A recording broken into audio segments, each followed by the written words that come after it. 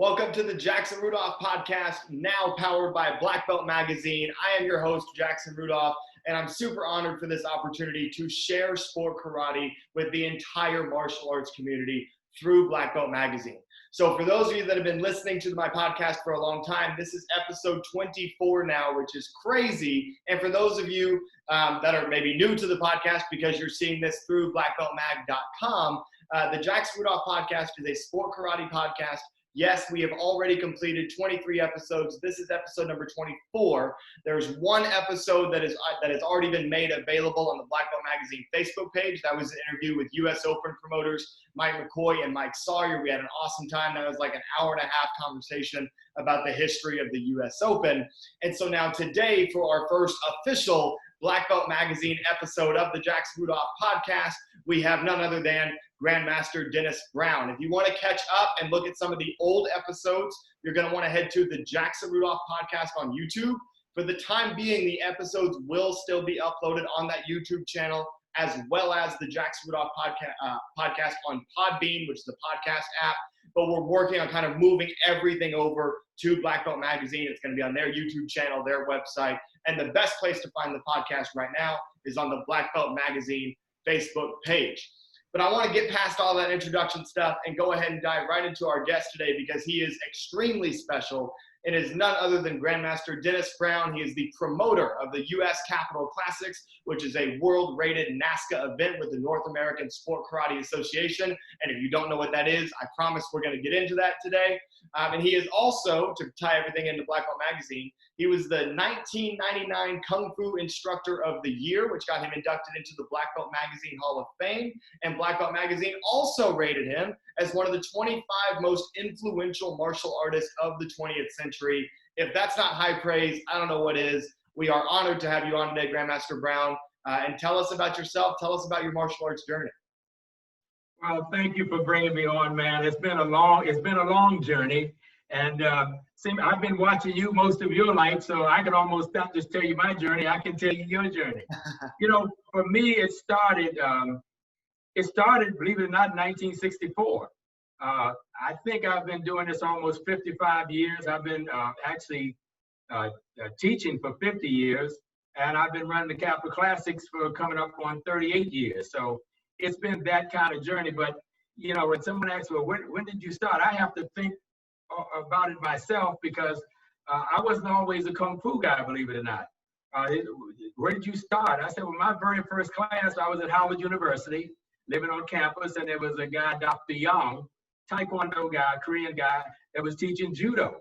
And I guess that had to be like 1965, and I went over to take some classes in judo.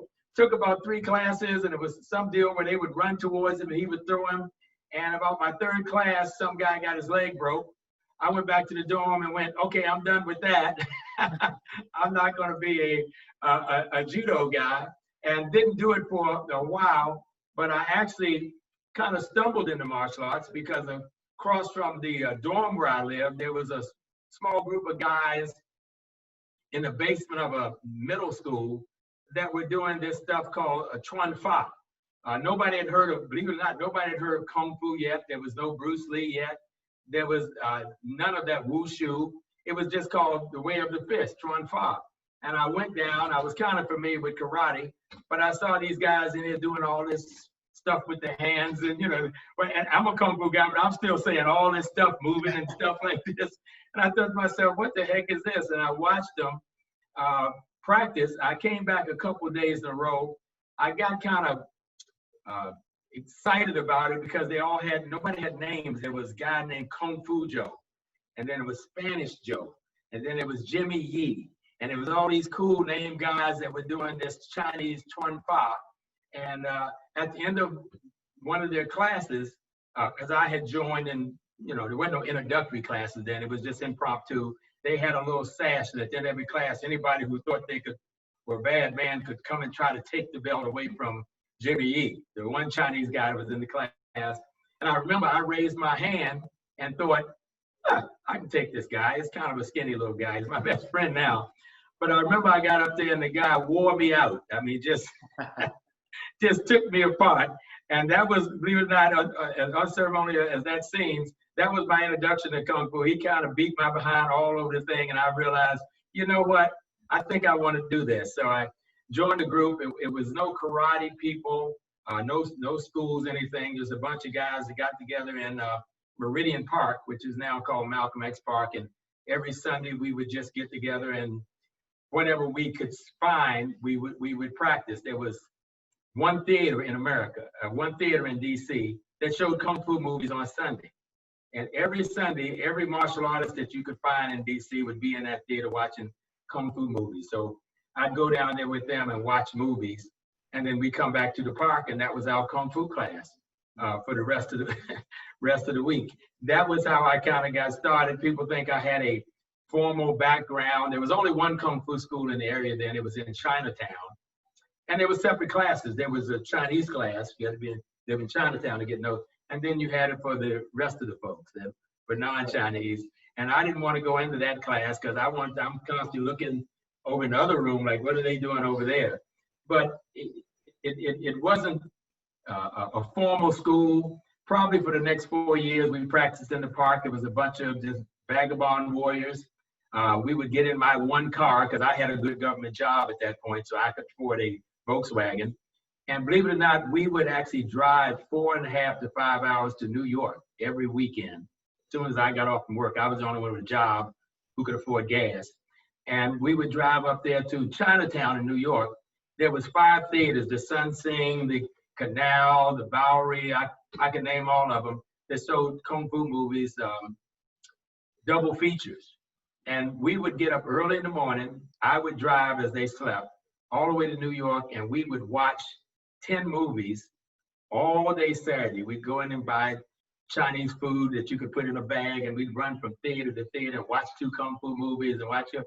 And that was my first introduction to Kung Fu, watching old Jackie Chan movies, old Shaw Brother movies later in the 80s, the 5 Deadly Venoms, and I could name all of them, Shin Kun Tai, I knew everybody, Fu Shin, I knew all of the stars in Kung Fu, but our early Kung Fu stuff was just, I hate to say it was just mimicking what we saw on the screen.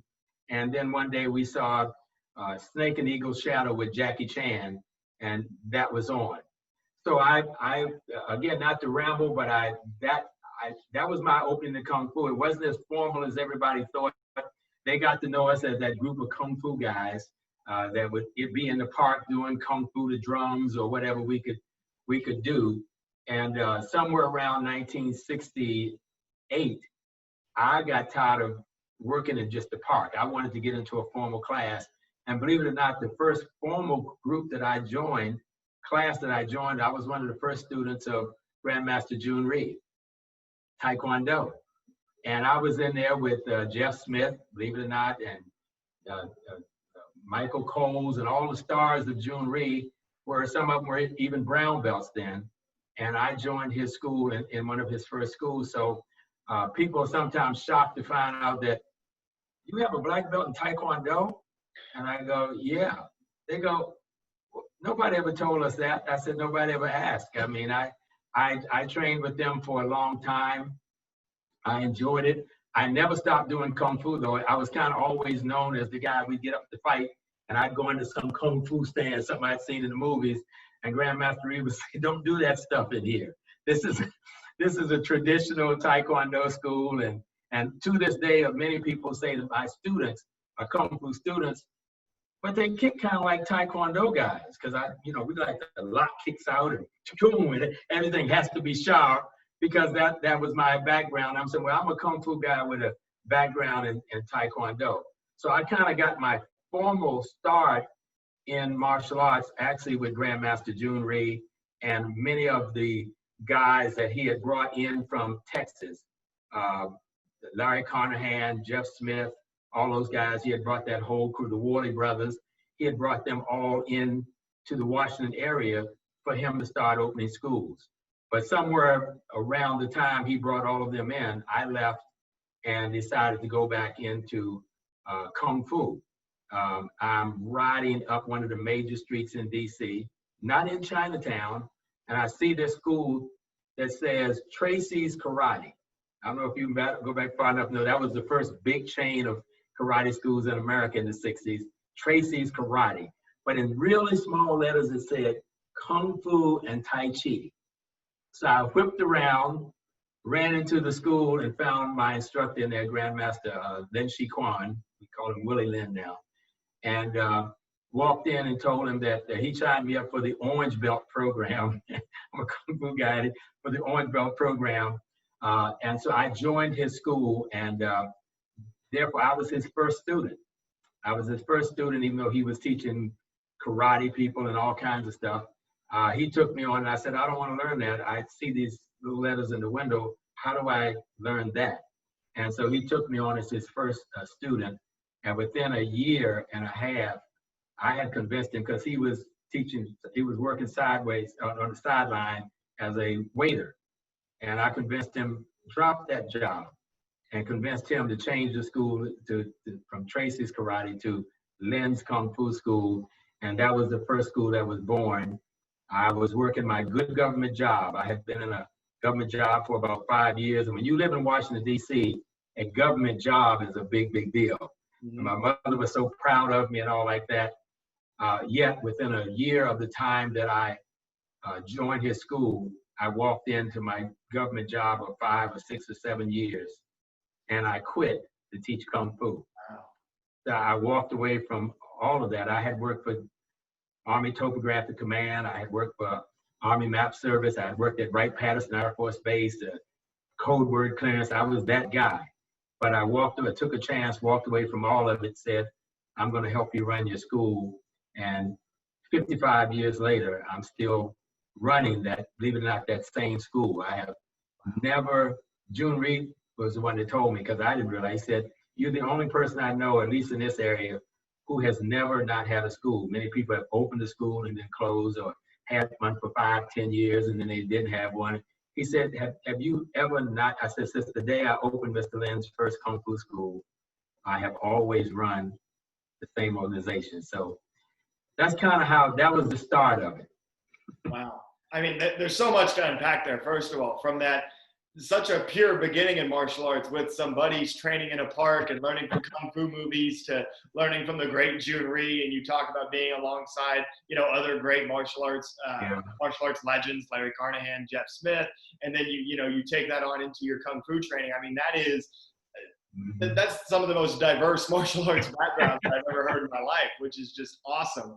And then I understand that you've also taken several trips to China for even more formal Kung Fu training. What was that like? Well, that's interesting. I was teaching for Grandmaster Lin from, I want to say 1970 until about 1978. And then all of a sudden he got his citizenship. He said, I don't really want to do this Kung Fu anymore. He's still in Kung Fu now. I still consider my main instructor and still work with him. But he decided he wanted to go off and make some real money, not just do Kung Fu. And so I took over his schools. And from 1978 until about 1982, I was competing on the NASCAR circuit, and I'll get into that later, but I had been competing out there, battling all those tournaments, and somewhere around 1982, I became well known as a national competitor in forms and weapons and fighting. And some of the great guys that were out there, Peter Morales and Anthony Chan, the first Kung Fu guys that were on the circuit, first ones to win the U.S. Open Battle of Atlanta, they were the great names in Kung Fu, but I had started competing at that point and was starting to beat them. I was, and again, I'm known as a fighting guy, weapons guy, forms guy, but at different stages. But in terms of China, I had gotten rated fairly high in martial arts, and I had been rated from 1976 until about 1980. And was considered one of the top Kung Fu competitors on the circuit. And yet, they put an ad on the cover of one of the magazines, I believe it was Karate Illustrated, with me, Cynthia Rothrock, Peter Morales, and said, up and coming stars, which was a little bit something. So I've been out here for 7 to 8 years, up and coming stars, but got the privilege of being on the cover with those guys, but got discovered from that. Because again, I still was going to see Kung Fu movies every weekend. We had one theater here in DC that every Sunday they showed martial arts movies, Chinese movies. And I got to know the people there fairly well because I was always showing up, taking up half the theater with my students. And somewhere along the line, I got a call from the folks that were involved in the theaters there and said, Dennis, we'd like for you to go to China. They're interested in you doing movies. Well, I had seen Bruce Lee, and I had seen Jim Kelly, the first black guy to be on the screen and all like that. And I said, you're kidding me. And I think Cynthia had already gone over and done some things, and George Chung and those guys had gone and done stuff. But they didn't ask me to go as part of the group. They said, we'd like to take you to China to do movies. So the first time I went to China, it wasn't actually mainland China. It was in, I think, it had to be like 80, 83, 84. I got picked up to go to Taiwan to do movies. And I ended up going over to Taiwan to do movies. And they brought me over, put me in a first-class hotel. I got off the plane to probably literally 50 photographers, flashes going off. I didn't know what was going on. The director was there with me taking shots and all like that. And I'm thinking, well, I'm gonna go over here and do a little bit part in the movie. They put me up in the top hotel and I didn't see anybody for 2 weeks. They said, you can charge anything to your hotel, you're on a budget, just we'll let you know when we need you. I ended up calling home after 2 weeks and said, I'm sitting in a hotel. I don't know if they remember I'm here. What the heck is going on? Nobody knows anything. And my wife contacted the people at the theater. They contacted the director, and he showed up and said, what's wrong? We don't need you. Right now, we're just shooting, well, B-roll. We don't need you for anything. I ended up doing the movie, to make a long story short, called The Warrior, which was one of the first movies. I was the first American actor to actually work with a guy named Chong Che.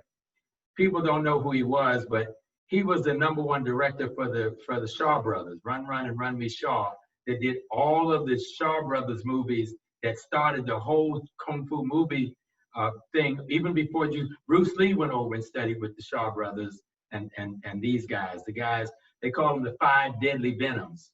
And they made some amazing movies in the 60s and 70s. I have pictures of Bruce Lee with Chong Che, where he was honing his skill and all like that. But I found out later on, I ended up staying there almost 3 months and made a movie called The Warrior. Over there it was called The Dancing Warrior. The fight scenes were amazing. I mean, I go back and look at them now going, I don't know. But it was these guys. They were such good choreographers, and they had done it so much, but I didn't know. I just thought I got to know them. We hung out. We rode around on town on little scooters, and they put me into the film. I ended up shooting there. I ended up shooting in Bangkok, ended up shooting in a little part of China, and we finished the movie in New York. And when they finished it, I went home knowing I had made this Kung Fu movie. Didn't know that I was one of the first to actually do a movie. I was the first to do what they call a guilo, foreigner, to do a movie with the Shaw Brothers and Chong Che, that director. But while I was there, I didn't know. I just knew I had done a movie. It was years later that I found out that these were I'd seen every movie done by the 5 Deadly Venoms. I mean, these guys were the greatest wushu guys of the 60s and 70s. And to tell you, I spent 3 months there, but they had American names. Lu Fong was my best friend, did all my choreography, but his name was Luther Chu. That's what I knew it as. And it was years later when the movie came out in China and ended up coming here to America that they told me that, you're the first person to ever do a movie, because those guys had been there early, obviously, Bruce and Ron Van Cleef and Cindy and folks. But you actually did movies with the Shaw Brothers, the top director. And I said, okay, what does that mean? They said, you don't even know that these guys, and again, I don't want to get up to long stories, but I can remember being on elevators with these guys, because I mean, every place I went, because I was the first black guy to work with Shaw Brothers. So everybody was filming me before. It was like, okay, I'm just a regular guy. But I can remember my head got a little big because I'm on set doing these amazing scenes and what have you. And I remember getting on the elevator once with Lu Fong, and everybody's staring at me. All the kids are staring, and I thought they were staring at me. And then I realized they were staring at him. And it was only them that I said, so are you famous? Are you famous in movies or something? He said, you don't know who we are, do you? I said, no. And they took me to a theater, and I see them, you know, the old time movies where they're flying across the streets, running on top of roofs and jumping in the trees and running, the crouching tiger kind of stuff. And I looked at him and said, you guys are pretty good. And in hindsight, I look at it now and thought, these guys must have thought I was the dumbest guy in the world. But they went on to become some of my best friends. I came back to America having made movies.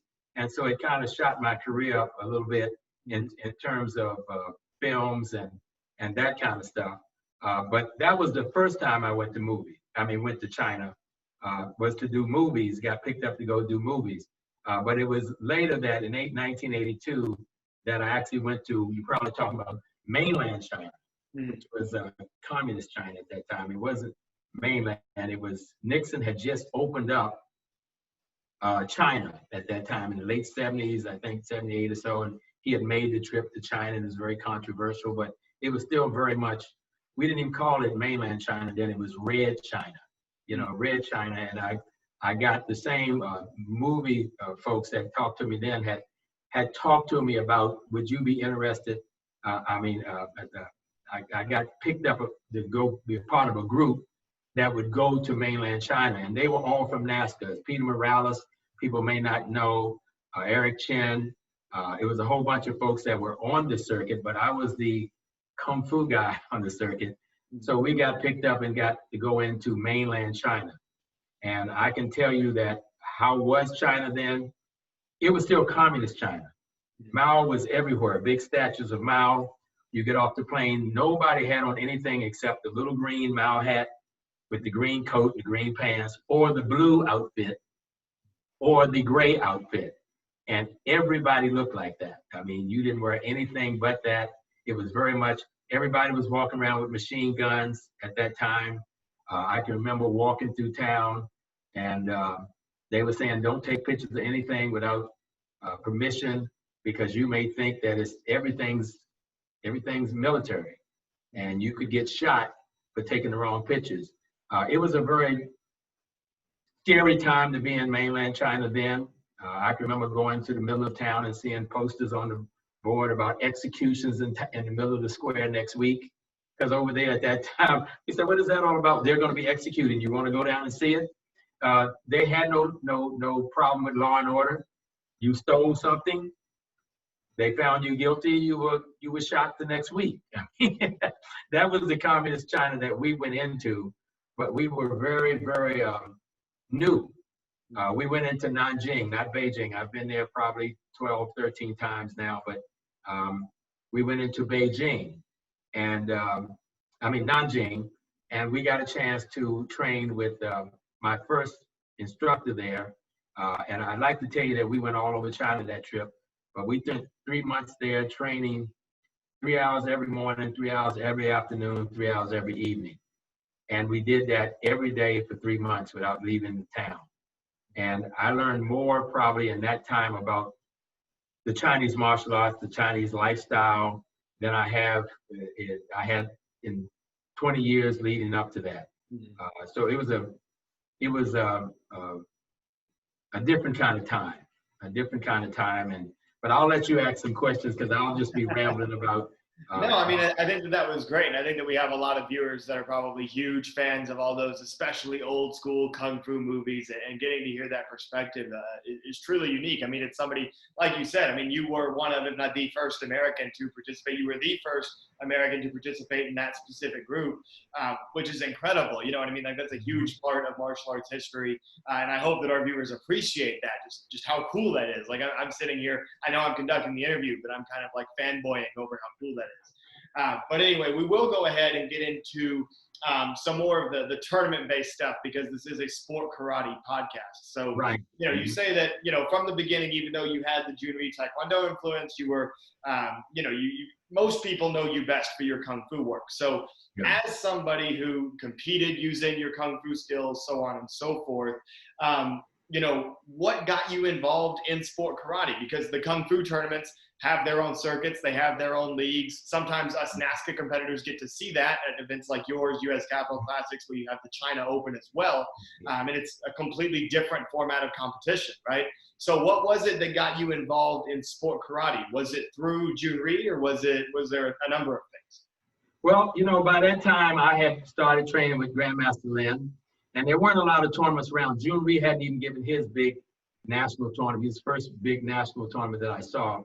But I would sneak out to Kung Fu school, karate tournaments, local karate tournaments, because Mr. Lin, my instructor, wouldn't allow us to compete. This was all very spiritual. You learned all your forms. You never took anything out of the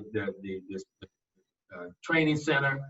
And but I would sneak to karate tournaments and stand out and watch competition, and I just loved it. I mean, I did weapons and forms and that type thing, and I didn't do fighting then, because you hear people today say, well, Dennis wasn't a fighter. He was just a forms guy. Or somebody would say, no, he never did forms. He just did weapons. And I tell people, it depends on when you knew me. If you knew me in the 60s, I was already competing in tournaments, but only Kung Fu tournaments. And they were only in Chinatown, in DC, in New York, in Boston. We'd go up, and they were these tournaments that people heard about, the back alley tournaments, because the instructors from all these towns would get together. They weren't triads or anything, but they would sit around and gamble playing mahjong all day. And then at night, they would have these full contact tournaments. And you would bring out your big fighter, and you'd get out there almost bare knuckle, and they'd wrap your hands, and you would fight, and they'd gamble on you and that type thing. So there was a lot of that going on. I competed in those kind of tournaments. I won some really big full contact tournaments in Kung Fu, but not in karate. I tried to go into karate tournaments. I told Jeff Smith, he laughs at me to this day about winning everything and going all the way to Buffalo, New York to fight this guy named Slow Guy. And I fought through all the karate guys because nobody liked me. I was in this Kung Fu uniform, fighting all down on the ground, all that kind of stuff. And I ended up getting second to this Slow Guy. And Jeff Smith said, are you talking about Wally Slokey? And I said, yeah. He said, he was one of the top karate guys of that time. I said, well, it was the first time I fought a karate guy, and I fought through the whole thing and got through that. So I actually fought, but Mr. Lin didn't want me fighting, because we knew nothing at all about point karate. It was all full contact. My entrance into sports martial arts was probably in the mid-'70s. I started showing up at tournaments to do forms. Cynthia Rothrock was still living up in New Jersey somewhere. We would travel around together all over the place doing tournaments. And there was no Kung Fu divisions and karate divisions. We would just do Kung Fu. And either folks loved us or they hated us. We won tournaments that we probably shouldn't won just because we were so different. Like, wow, what was that? And we lost tournaments we probably shouldn't have lost because somebody looked at us and went, what is that? I mean, it went the whole round, but we stayed out there. And again, I traveled with Cynthia and a bunch of the folks that became Richard Brandon, a bunch of the folks that became known later on as NASCA people. But we were the first ones to start going to tournaments. I remember getting an RV, and we rode all the way down to St. Petersburg, 5 of us in that with Cynthia Rothrock and a bunch of us, to the Battle of the US Open when it was still, I think, in St. Petersburg, before it became with Mike and Mike. And we'd go down there and compete, and we started winning. There was Roger Tong became the #1 guy on the circuit as a Kung Fu guy, and then Anthony Chan, and then he gave rise to Cynthia Rothrock and Richard Brandon. But we were all out there on the circuit. Peter Morales doing steel whips. And during the early 80s was when they finally started knowing us as forms competitors. So if you knew me in the 60s, he was a fighter. If you knew me in the 70s, that guy can't do anything but forms. If you knew me in the early 80s, they say, well, he just did weapons. But I told them, I said, most folks that knew me said, well, Dennis is a long staff guy. That was my favorite weapon, the white eyebrow long staff. Won the Battle of Atlanta for the first time with that staff, and never did it again. A guy said, well, he's a broadsword guy. But that was the only weapon I did at NASCAR tournaments. And it's funny because at the end of my career, nobody remembers me for anything except steel whip and rope dart. He was a rope dart, did this rope dart thing. And so I tell folks it's funny, they go, well, that guy he was just a weapons guy. He wasn't a real karate guy. And, but I got a chance to hang out and train and travel with some of the top folks of that time. Like I said, Richie and all those guys, we all kind of came along at the same time. And somewhere around 1981 or so, I think that was when we all appeared on the cover of the magazine saying these are the up and coming Kung Fu guys and all like that. That was the year I ended my career because I got invited to come to mainland China because of that. To not for the movies, that was early on, but go to mainland China as the first group of Americans to go over and represent America. Like I said, Nixon had opened up in 78 or so, but as they would do when they want to bring countries together, the first thing they do is share art, music, and dance and all like that. But the national art of China was wushu. So they had sent a group of Chinese martial artists in 1974 to the Kennedy Center here in DC to perform. Now, I want to tell you, there was 4 shows. I had box seats at all 4 shows. They sent them back again in 1978, right when they were starting to try to bring the countries together. And I went to all 4 shows there. And by the time 82 came around, they asked me if I would like to be a part of this small group of 5 or 6 people to represent America in mainland China. I almost fell out my seat. Of course, we went. I ended up in Nanjing, and the gentleman who was the star of the show in 1974 and 78, he was called the Monkey King, ended up being my first instructor in mainland China. And that was when I became aware of wushu, because that Kung Fu, traditional Kung Fu, and wushu is a whole different thing. It's like guys looking at what you guys do, which is an art form. It's based in traditional martial arts.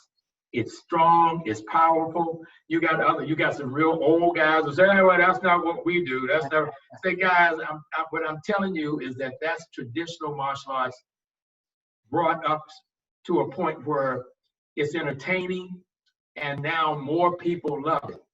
Well, wushu was like that also. The traditional Kung Fu people would say, oh, all that flipping and jumping and all that wushu and jumping and flying and splitting. They hated that stuff. And I was the only traditional Kung Fu guy that had never studied wushu that went in that group. And so I learned about wushu then, and probably for the next 20 years, every 2 to 3 years, I was going back to China to study wushu. My second instructor was Wu Bin, who turned out to be Jet Li's only instructor, #1 instructor for Jet Li. I brought him to the Capitol Classics one year, didn't speak English. I brought him up on stage and this is my instructor, Wu Bin. He's asked me in Chinese, and everybody's giving a little golf clap. And all of a sudden, I said, in a minute, I'm going to tell you something, and then y'all going to go crazy. This is not just my instructor. Jet Li only had 1 instructor his whole life. This is Jet Li's teacher. And then everybody in the Capitol class exploded. And he says to me in Chinese, what did you say? So I told him that you were Jet Li's instructor. And he, of course, being famous in China, he went, almost as if, is that all they know me for? I'm a nobody except for him. So again, it was such a privilege to go over and represent America. We knew we had to do it right. So we worked really hard. I went over there, we were there 3 months. Rudolph, I learned 15 forms in 3 months. I didn't know if I would ever go back to China. Nobody had been before. We didn't know whether we'd ever get a chance to learn. I must have learned 7, 8 weapons. I learned 7, 8 forms, northern forms, southern forms. And came back with so much stuff in my head that I was giving it to people saying, memorize that, memorize this. But I don't know how to tell you what a privilege it was to go over there. And over the next couple of decades, I became fairly well known in mainland China because we were the first ones there. And I was the first one, they called me Cafe. And people get that confused. To this day, Cafe means brown or chocolate. And my instructor called me Cafe. I've gone over there recently and he picked me up at the airport or something like that, a train station, and he'd be across the thing yelling, Cafe! And all the Chinese people be going, oh my God, don't call the black guy coffee, you know, you're calling him chocolate, you know. And I'd say, no, that's my instructor. That was the name he gave me. We had a white guy from Oklahoma named Norman, but he's real fair skinned, so he called him Nunat, milk. We had a French-Canadian girl that was an amazing martial artist, but she was a little bit chubby, but again, he called her Bao Bao, which is a round dough thing. You know, in China, you eat the baozi, the dough thing. So everybody, Peter Morales, who's the top weapons guy in NASCA at the time, he's Hispanic, Mexican, and he called him, tell me, he said, you like the spicy food? I call you Pidon. Pidon means rotten eggs, the little dark eggs. And so people thought he was a little crazy because he was just trying to remember who we were. So to this day, when he comes to America, to the Chinese tournaments here, he always goes, where is Cafe? Is Cafe going to be here? And they go, no, you shouldn't call it that. I said, no, it's appropriate. My name is Brown. Cafe means chocolate brown. But again, it was such an honor to work with those guys and be able to bring some of those team members over to this day. Absolutely. I mean, once again, an incredible amount to unpack here. I mean, I think back to how wild that scene must have been, you doing full contact fights in full, you know, Kung Fu uniform. That's an awesome image to have. Moving forward, figuring out that you were taught by the guy who was Jet Li's only instructor in Jet Li's career, which is insane. Just stuff that I never expected to unpack today. And so thank you so much for sharing that. I'm just blown away. So much new stuff that I never thought that I would learn today. But again, that's the point of this podcast, is to teach people about the history of our sport and what we do. And so to tie things into modern martial arts competition, it seems like nowadays, you know, every year on NASCA, every year on the circuit, it seems that there's 4 to 7 wushu kung fu guys that compete in the soft style or in the Chinese division. The name has changed over the years, right? But then there's that core of like the 4 to 7 guys, and typically whoever's the best, or maybe the 2 best out of that, typically can give the hard style guys a pretty good run for their money in the overall grands, things like that. Was that always kind of the dynamic, or did kung fu have kind of a heyday where, you know, you saw that was a much bigger percentage of the competitors? Kind of, how did that demographic always shake up? You know, I hate to tell you, but it was always like that. There was one, and I'll tell you why. You know, when I first started my first national tournament outside of the St. Petersburg, the U.S. Open, I don't know if it was even called the U.S. Open then, they hadn't bought it yet, but it was the Battle of Atlanta. And I remember going down, and the top kung fu guy was Anthony Chan. He was winning everything, but he was the only one. And he would win, and nobody had seen me. And I came up on the circuit, and I'll never forget it because Jeff Smith looked out for me. He came out, and he just blew everybody away because he was different. He was this wushu guy doing wushu, and everybody else was doing pretty much the same thing. But I came out and did what I was doing at that time, long staff, and it was something crazy. The judges all gave me like 9, 9, 9, 8s, 9, 9. Some guy gave me a 9, 1. And I ended up getting second. And I remember that because Jeff Smith, who was a big deal in my area and all over the country, stood up for me and said, you guys don't know this guy because he's not national, but this guy is really well known in the Mid-Atlantic area and he does really good forms. They still gave me second. But I've always liked Jeff since then. I keep bringing it up with that. But it was Anthony Chan. And once he stopped competing, Roger Tong, which was his student, became the #1 wushu guy, kung fu guy on the circuit. And it was pretty much just him. I mean, there was a few of us around, but he was the one big person who gave rise from him to Peter Morales, who was his student. and on and on and on. You know, there's always this guy gave rise when this guy stopped competing, but there was always one. There was Richard Brandon was the guy until he stopped competing, and then somebody else. Cynthia Rothrock was the one female person until somebody came in, and then somewhere along the line, but it was always the next person in line. Mm-hmm. You know, we had our day. I remember the first time I won the Battle of Atlanta. You'll appreciate this. Went on the nighttime show. I'm in the show, and I'm competing against Peter Morales, who was the best steel whip guy I'd ever seen. And I did one of the best broadswords I thought I'd ever done. Mm-hmm. In the middle of his thing, he's doing steel whip, and it broke in half, and all he had was 2 little links left on the nub. He finished his form just as if it was a real steel whip. But I'm thinking, I won the Battle of Atlanta. And they gave it to him anyway, because they said, we know his form, and we could tell by the movements he was doing that he never broke a move. Then Peter was my best friend. And I thought that was my but it was always, seems like it's always been just one. Later on, when Ming Liu and DC and all those guys started coming, you remember it was always one. They'd come Li Pei Yun, there'd always be one. Li Pei lived with me for a long time when he came, because he was one of the people I knew in China. But this guy would come out, and then a new guy would come on the circuit, or a new gal would come on the circuit, and he'd compete for a little while, but if this guy started beating him, he was gone. Mm-hmm. And then Ming Liu would compete. Nobody would compete because she's winning all the money, and then he was gone. Right. And same thing with DX and all of those guys. Mm-hmm. Always won, but you don't see him out there anymore because, you know, somebody else is winning. The reason for that is that these guys were professional athletes in China their whole life, in this case. They were professional athletes. They lived on campus. They were taken away from their families. They were full-time professional martial artists. And when they came here to make money, not to be famous. They were already famous in their province, in China, what have you. So they would come here and see, I can win $1,000 or whether it's $500 every one of these tournaments. They don't really have any other profession. This was a good thing. So they would be at every tournament, everything, but then as soon as somebody else would come in and start winning, they didn't show up. And people said, how come we never get 5 or 6 of them? Say, guys, because they're not doing it for the show. They don't care about the trophy. It's a way of life for them. It's money. And if they're not winning, they're not going to keep coming out. And to this day, it's kind of hard to get more than one of them to come out at a time. And there's other reasons why you don't get a lot of them now. The reason I started the Capital Classics, because I knew we could get a lot more Chinese styles to come if we changed the format.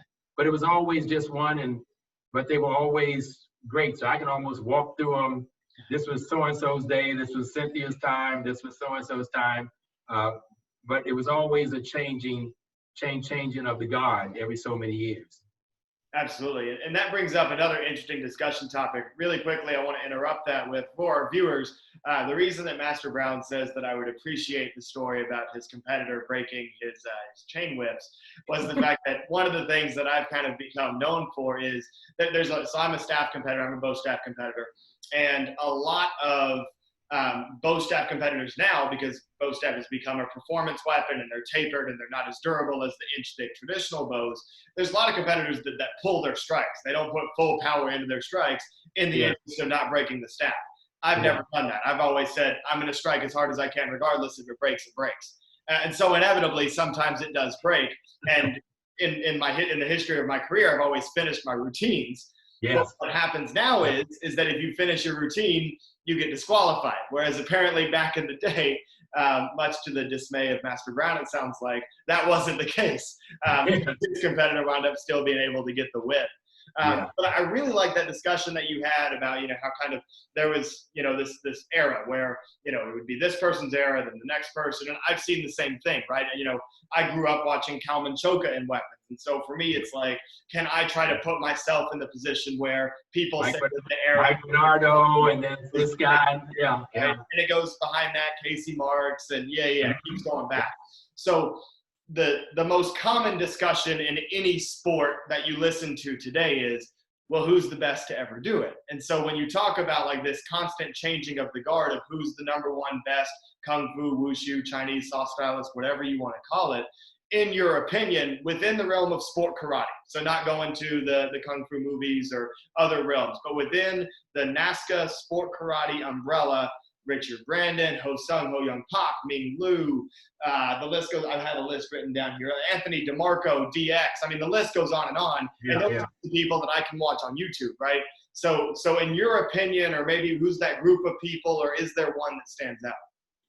The one that stands out for me would probably surprise people, but it makes sense to me, was Ming Liu. Mm-hmm. I thought she was the cleanest of everybody out there. If you understand pure wushu and you understand the rules, and because we change stuff up to fit the environment we're competing in, so they would change. But she was pure wushu.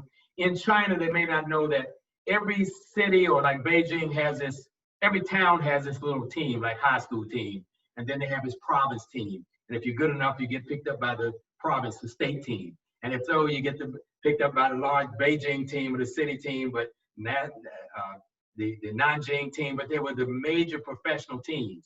But in every professional team, there was 3 levels. There was the A team, the B team, and the C team. Each team was made up of 8 men and 7 women. I don't know why it's not 8 and 8, but 8 and 7, 15.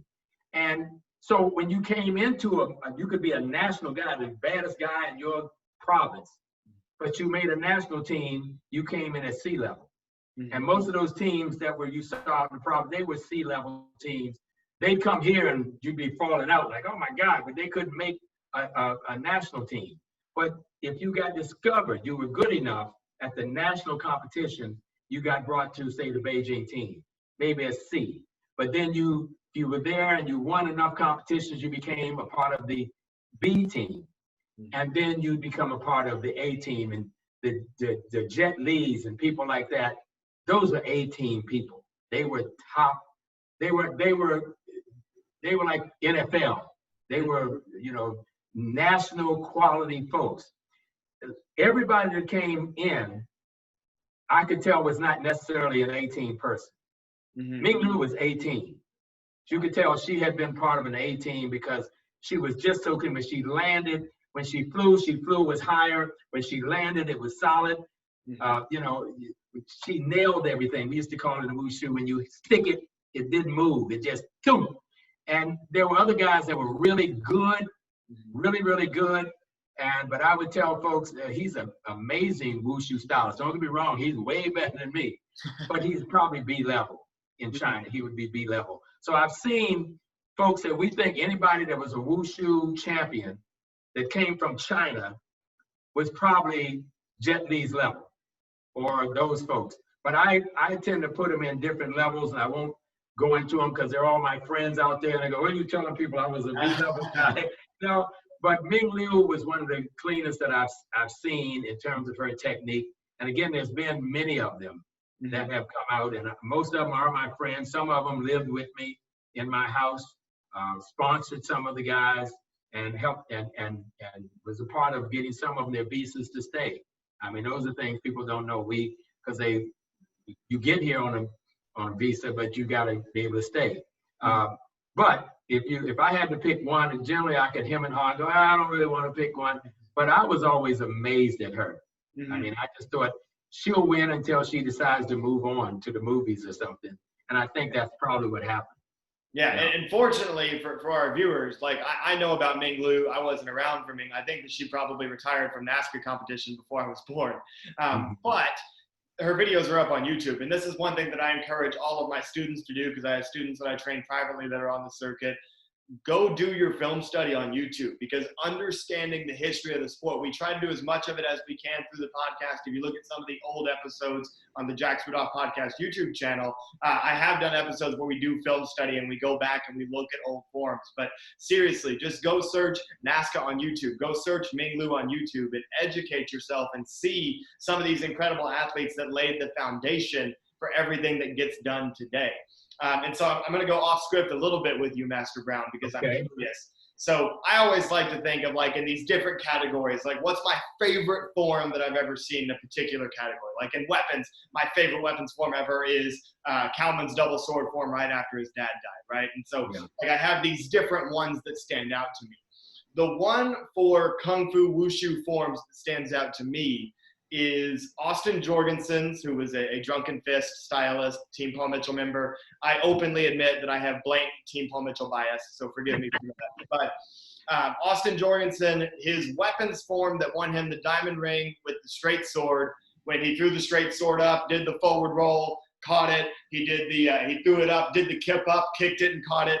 That form was electric. My favorite wushu form that's ever been done. So Ming Lu may be like your best of all time or your favorite. Do you have one particular performance that stands out as like, this was the best single form I ever watched in the realm of Kung Fu Wushu? Well, I think that he was one of the best. I loved him because I understood Drunken. A lot of people don't understand Drunken. They don't understand how much flexibility and how much agility you have to make a Drunken form look like it's totally out of control, but you're in control. When you brought that up, I remember it right off the top of my head. I don't know if there's any one performance that I can think of. There's been so many great ones on the NASCAR circuit over the years, and because a lot of time I'm in there judging, I'm impartial because I've always been, once I retired, I'm one of those guys. I'm going to be there judging because I'm going to try to do what I can to help your tournament grow. But there's been, I love Richie Brandon because he was a Quilo. He was an American who did it almost as well as they did. He didn't grow up in it and all like that, but he was always clean and he didn't make mistakes. I mean, you always knew you were going to get a clean show from him and he was going to give you 100%. But I know once I get off from this, I'll think of somebody and go, oh, I should have mentioned that guy. But I've been watching, I've probably seen every one of them that has come out since the early 70s. I've tried to be there and watch them all.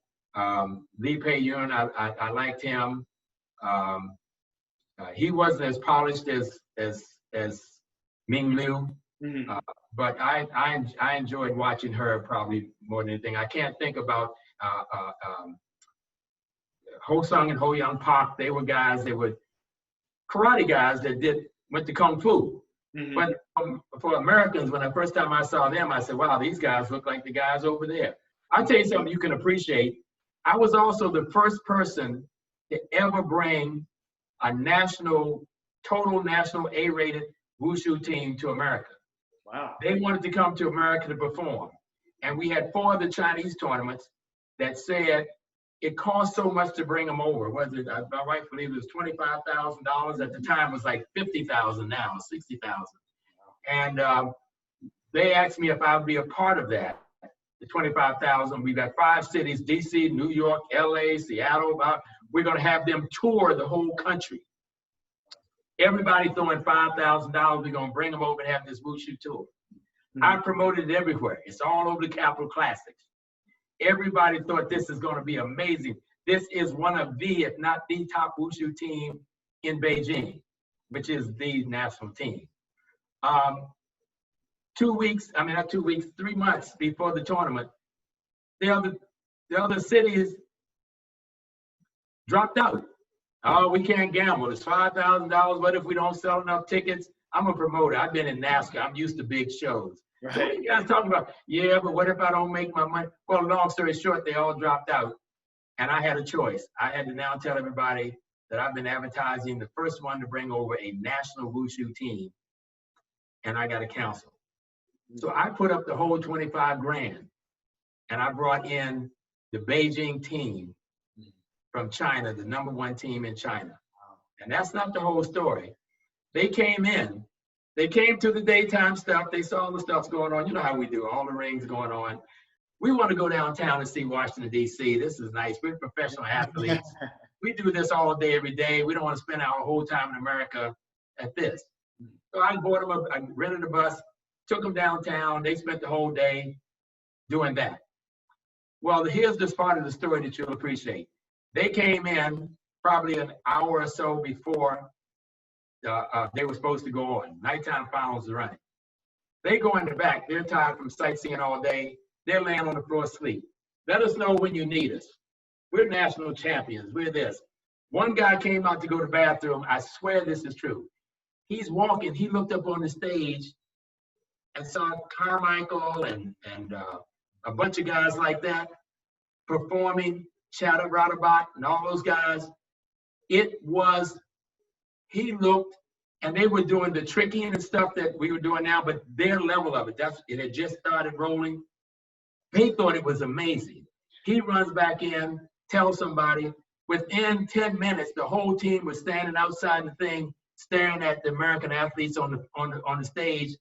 They thought that what you guys were doing was amazing. They said, "Oh my God, look at the stuff they're doing, the tricking and all of that stuff." And I said, "This is really, really great." And so it's kind of crazy. Everybody appreciates everybody else. They thought we were just so much cleaner because we were doing all of that, but doing real martial arts. And I will tell you that nobody remembers this, but maybe Chat. He came over and said, "We saw those guys over there warming up. We saw them in the hallway warming up. Master Brown, we would like to skip the second half of our show, or the second 2/3 of the show, and we will just go ahead and whoever won first got the money and all like that. We'd like for you to take the rest." They said, "How long is it?" I said, "They're going to do about 20 minutes, half an hour." They said, "We'd like to give the last 2 hours to them." Wow. And they took over the whole nighttime show and performed their whole routine at the Capitol Classics. Mm-hmm. And I never forgot that, because after that, that was the first time a lot of people had seen a real wushu. I mean, they were running the lines and warm-ups, and they were slap kicking and flying through the air. I mean, they just did they had time to do the whole thing. Mm-hmm. And that was one of the things that sticks out in my mind. After that, the Capitol Classics was out like that. They were saying, "Wow." And I decided, well, I want to bring more Chinese stylists into it. We can't do but so much in here. We have one division of Chinese martial arts, and it's too diverse. We'll throw Tai Chi, which is a meditation, like doing yoga, and then they'll throw Wushu, which is like the freestylists, the creative, the musical guys, and then we'll start Kung Fu, which is the traditional Kung Fu guys. So they're all Chinese, put them in together. So guys, you wouldn't put yoga and tricking and traditional Japanese karate all the same. So we'll just judge them. I mean, karate tournaments do that, but not the big ones. So that was the reason that I started the China Open. I said, I want to be able to do Tai Chi over there and Wushu over here, because the Wushu guys and the Kung Fu guys don't have anything to do with Wushu. We're traditionalists. We don't do that. And the Wing Chun will tell you that this is nothing like that Wushu stuff. And it allowed me to actually show more different types of Chinese martial arts. And so I've kept it going since then, and it's added a unique thing to it. I mean, even last year, I didn't see it, believe it or not. I'm running around running the nighttime show, and they tell me that the national champion Tai Chi performer from China was on my stage. Mm-hmm. I never saw it. I was out doing something, and people came back and said, "Where'd you get that guy?" Mm-hmm. And I said, "Who?" They said, "A Tai Chi guy that won your Tai Chi division, they had him perform on stage." Mm-hmm. I didn't see it until I saw it in the film. And I went, wow. He probably, and I don't mean any disrespect to anybody, he probably would have won the men's overall CMX traditional. I don't care. Put him in whatever you want. He would have won the Forms overall grand that night. I mean, he was that good. And I think that's something that's important that the China Open at the U.S. Capitol Classics has done, is allowed, I say I'm a competitor first, but I'm a fan second of sport karate. Getting to watch that was incredible. I wish that I got to see that every time that we had a night show, because that's how good that was, but we don't get to see it because a lot of those competitors that are Tai Chi or what have you don't compete in the NASCA divisions, because the NASCA division is just, all right, throw all the Chinese arts in there and see who wins. So that's definitely something interesting that you bring up. And you mentioned, obviously you're a promoter, and we'll get into that, but you're also, one thing that's always impressed me in my over 12 years of traveling the NASCA circuit, I can't remember the last time you weren't at a tournament. Like, I'm sure it's happened at some point, but I cannot remember the last time that Master Dennis Brown was not judging at a NASCAR tournament. Yeah. And so, for a lot of the young competitors that may be watching and, want to know what it takes to do better, you may not even remember this, but you were the center judge on the night show panel when I won my first overall grand at the Compete Nationals. You actually gave me a 10 that night. You were my only 10 on the panel. But anyway, thank you very much for that. And so I've always had a lot of respect for you as a judge because you've always been there, very typically a center judge, even on the night show panels, which obviously are very decorated. So forget Kung Fu Wushu, just in all of sport karate, when you sit down to judge, and let's say, keep it to the CMX divisions, your creative, musical, extreme, open divisions, forms or weapons, what are the things that you're looking for when you sit down to judge? I'm looking for quality. A lot of guys try to win it with gimmicks. If I can come up with more gimmicks than he has, they think that you guys get a better score because you have more tricks, more gimmicks. And I understand they call them tricks, they call them this, they call them that. I'm looking at the execution of the weapon itself. I don't care whether it's spinning or when it stopped, boom, was that a clean march? Are the techniques clean? We talk a lot about nailing stuff. You see guys up there can do all kinds of stuff, but I'm looking at their footwork. If it isn't clean, if it isn't solid, they may not be stumbling, but you're not nailing stuff like if I were to throw you up and spin you around when you landed, would you boom and not wiggle, not move at all? I still go back to looking at the execution of technique. I try not to get hung up into who can do the most tricks. And I think that some of the guys, they go overboard, they go over their head. If I tell them, if you look at the Jacksons and the different guys like that, those guys, it's not because they're doing a lot more stuff than you guys. You guys are overdoing it in a sense, but everything they do is clean, and it's consistency. You have guys that are good right now, but then later in the form they can't maintain that consistency all the way through. That's why guys think if I just come up and they'll come up, why'd you give me a 9-8?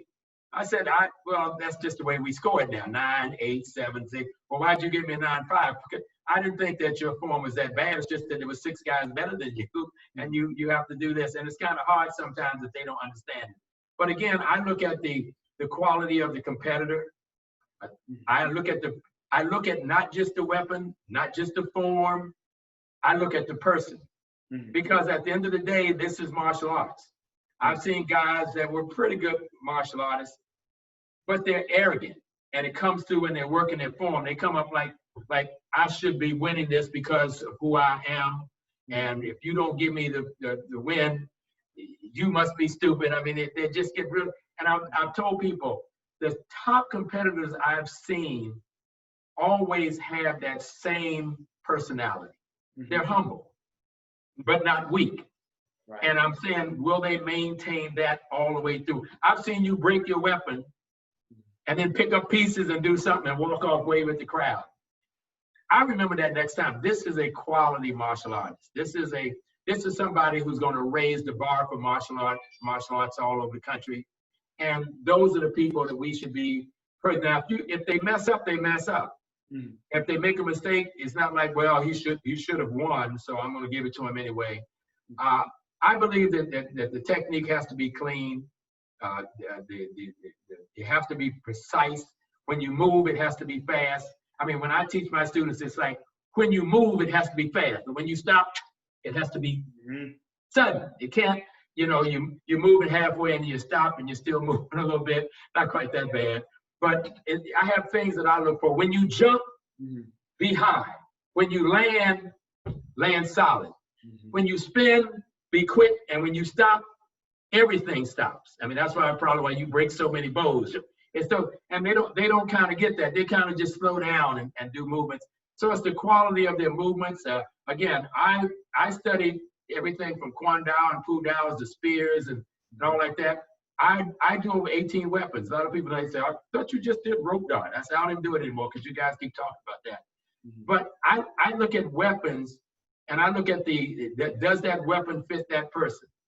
You know, you see Jackson do that, he wins, so I'm gonna go get a bow just like his. No, that's a weapon that fits him.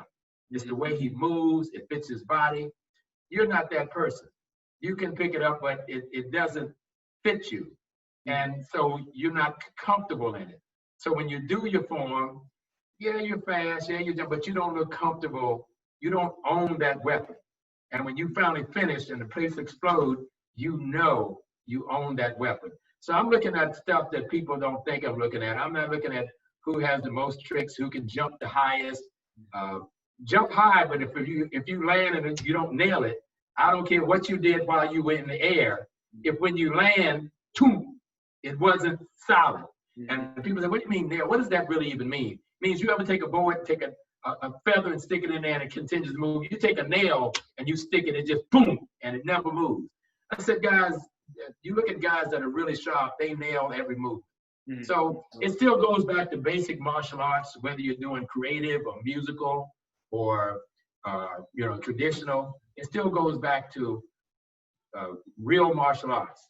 And I understand that the old martial arts is the real martial arts, and the new stuff the guys are doing is not real martial arts. I don't look at it like that, because there were guys that were 200 years ago think what you guys are doing is not right. Right. And it has evolved. Something that I want to touch on real quick. First and foremost, thank you very much for the praise. That means a great deal coming from you. So thank you, first and foremost.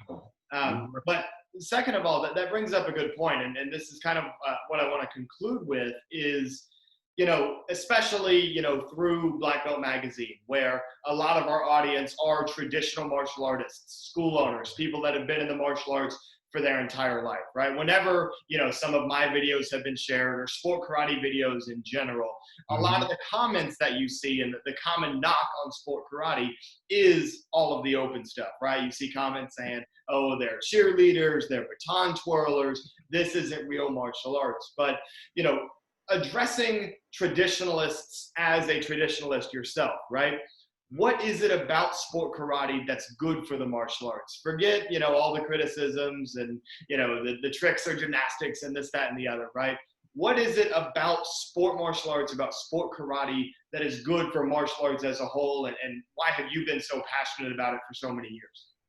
Well, you could say the same thing about football or basketball or baseball. Some of the old guys that were around in the 60s when I was young, they don't play the game like we did. It was some of these guys are showmen. They're spinning the ball and they're catching it with one hand and rolling. First of all, look at the quality, look at the technique it took to do that. He reached out and spun it in and then flipped it. And it's showmanship, yes. And they are against it because they see the showmanship in it. They don't understand that it's about the sport growing. There was a point where karate was huge, but it started dying out because people got tired of seeing the same thing. No matter how good you were, everybody was doing the same thing. Either you grow or you die. I mean, you either evolve or you disappear. Martial arts is not the same in China as it was 200 years ago. There was no wushu. There was no all of this. It's the biggest thing in China now. But there are guys in back alleys and small towns that do traditional kung fu that would say that's not what we did. But it is now it's now studied by everybody all over the country. And I think that you have to evolve or you doubt. You can't stay the same. The art has to evolve because the environment changes. Right. You're not fighting people with the same weapons you were fighting then. I mean, you can do samurai swords and spears and halberds and all, and scythes and all like that, but those are weapons of another time, right? And if they're doing a very traditional form, but you're still not doing it with the weapons of that time, you're not doing traditional either. You're mimicking traditional. But I think it's good for the art because if not, it would have evolved. It would not have evolved. It would have been gone by then. Americans have to be able to see it grow and expand. There are more people doing martial arts, more people appreciating martial arts than I've ever seen all over the world. In the 60s, like I said, it was a small handful of us. You could fit us in one theater on Sunday watching kung fu movies. It was that. You look now, it's every little kid appreciates it. Everybody understands it. And the beauty of it is there's still a variety of it. I don't care if you're Okinawan, Japanese, Burmese, there's something for everybody, but it either gets sharp or sharp. I'm sure there's Taekwondo stylists, and we want to get into the fact that Taekwondo is still fairly new. But Korean martial artists, Tang Soo Do, Kuk Soo Won, all those different ones that were around, all of those have evolved. They're not doing it the same way they were doing it 100 years ago, or 50 years ago, or 60 years ago. So I think it's the national circuit, sports karate circuit, has been good for martial arts, because if not for that, you would not have created these stars. If you had not created these stars who ended up in the movies, nobody would even be following the martial arts. I mean, again, Kung Fu movies were seen by a small group of us who loved to go down into Chinatown and watch Kung Fu movies. But then Bruce came along, and they said about him, he's all show. But he opened up martial arts for all of us. He made it possible for me to make a living in martial arts, because I would have never gone into this full time as a living from my good government job if it wasn't for people like Bruce Lee and Jackie Chan, and they are not traditionalists, but they brought more people into the art. And as you guys continue to change it, people can say what they want about the guys that are doing the tricksing, the guys that are doing the other stuff. Guys, there are more people who appreciate martial arts, what you do. These guys bring people into our sport so that you traditional guys can still make a living. Else all the schools would be gone. So you should be thanking them. And you know the dirty little secret that most people don't know. Most of the guys that are doing tricking and all like that, they're good martial artists too. They can still do regular form. They can do, you give them a regular weapon, they can do it. You put them out there and say doing traditional form, most of them will outdo you in your traditional form. And I think it was Reed or somebody, I was at whatever the last tournament I was at, he was fighting. I was up on the stage and the whole audience cleared over there.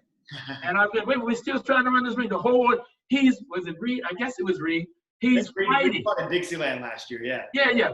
He's fighting. As if those guys don't fight. And I want to say to him, guys, you guys are getting confused. These guys can do weapons, they can do forms, they can do traditional probably better than you. And if you don't want them to continue to just do that, they might stop and start fighting and take that money too. All you guys can fight. I've seen you all fight. And that's what people don't understand. It's not this or that. It's the total martial arts. And I think that's what you guys bring to the table. Yes, create a total martial arts. And thank you so much for that. I mean, that's my biggest mission in sport karate, is to use the platform that I've been blessed with in sport karate to try to grow martial arts as a whole and get more young people involved in martial arts. Actually, a funny story, you bring up fighting and about Reed fighting. One thing that the people that are listening that do follow sport karate will find hilarious is that, I actually tested for my 4th degree black belt in Taekwondo under the Presley Brothers instructor, Jason Warren, in Lebanon, Tennessee. When I went to go do that test, a tradition in their black belt tests is to do 2v1 fighting. And so there was a period during that test in which myself, Reed Presley, and Cole Presley were 3-way fighting each other, continuous fighting, just going at it. And everybody thinks that we're just weapons competitors, and that was it was a ton of fun for us because we're martial artists to the core and just love being able to fight. You know what I mean? And that is one thing that I think that more people should recognize about sport karate. If you're someone listening that's not familiar with sport karate, Black Belt Magazine is starting to have a lot of great resources for learning more about sport karate. We're doing stories on sport karate every week, so head on over to blackbeltmag.com. You're going to want to type in sport karate in the search bar. You can get all the latest news and updates, as well as some stories kind of detailing the history of sport karate. And that's also where you'll be finding more episodes of the Jackson Rudolph podcast. Before we wrap up here, Master Brown, I want to give you the opportunity. You are a tournament promoter, so I want to give you the opportunity to go ahead and sell that a little bit. Tell everybody about the U.S. Capitol Classics. Well, this is the 38th year. Of course, we've been almost all 38 years in August. We've had the tournament. Obviously, we've had to move it like everybody else because of the pandemic to November the 20th and 21st, I believe. And so people have been calling and asking, is there going to be a Capitol Classics? And the goal is that I want to do a quality event. I mean, since the first date I gave it, I've always tried to do it the best that we could ever do it. I don't want to do it halfway. We plan to have it in November, but I'm watching it and I'm telling everybody, either we're going to do it first class or we won't do it at all.